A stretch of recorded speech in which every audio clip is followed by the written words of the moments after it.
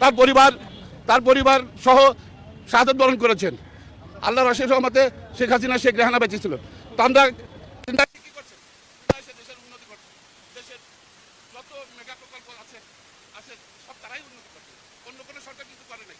কোনো সরকার ইতিপূর্বে আইছিল দেখান একটা মেগা প্রকল্প যে দেশের ভাবমূর্তি উজ্জ্বল করছে এই ধরনের মেগা প্রকল্প করে, এরকম কোনো নেতা কিন্তু ইতিপূর্বে আসে নাই। বঙ্গবন্ধু কন্যা শেখ হাসিনাই কিন্তু এটা এই দেশকে উন্নতি করছে। তার স্বপ্ন ছিল দেশকে স্মার্ট বাংলাদেশ, উন্নত বাংলাদেশ করার জন্য।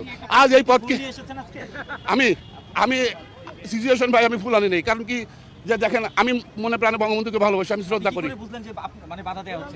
আমি নিজের চোখে দেখতেছি গতকাল সন্ধ্যার সময় আমাদের 3-4 জন আওয়ামী লীগ সমর্থককে গ্রেপ্তার করা হয়েছে। আজকে 4-5 জন লোক সকালে ভুল দিতে আসছে, তাদেরকে গ্রেপ্তার করা হয়েছে। আমাদের আওয়ামী লীগের সমর্থকদের তাদেরকে হেনস্থা করা হয়েছে। কেন ভাই এটা হবে কেন? এটা আমি রাজনীতির আমি দেশের সাধারণ জনগণ ভাই। আমাদের কর্মীদের মানে আমি যে দলের সমর্থক সেটাই আমার দল।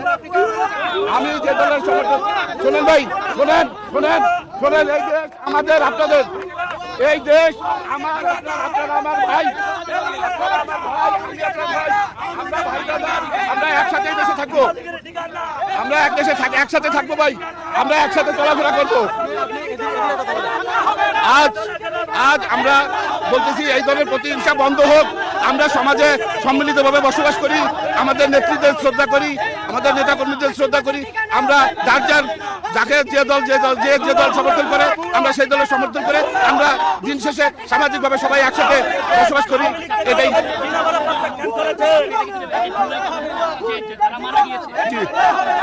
আমি বুঝতে পারিনি।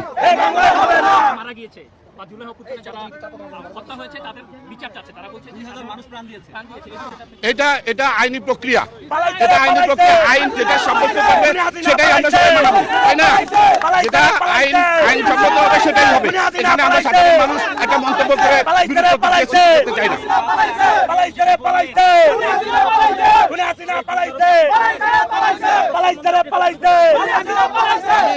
সাধারণ মানুষ দেখি আমার কাছে মনে হয়েছে 5ই আগস্ট একটা ভুল সিদ্ধান্ত ছিল। ঠিকানা এই বাংলায় হবে না।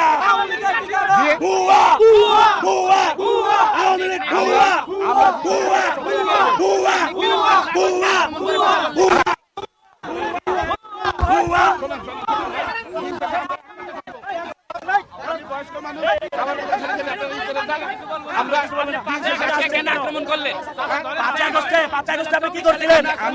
আমি দলের নেতা কর্মী না, আমি কথা বলতেছি, সমর্থক কথা বলতেছি।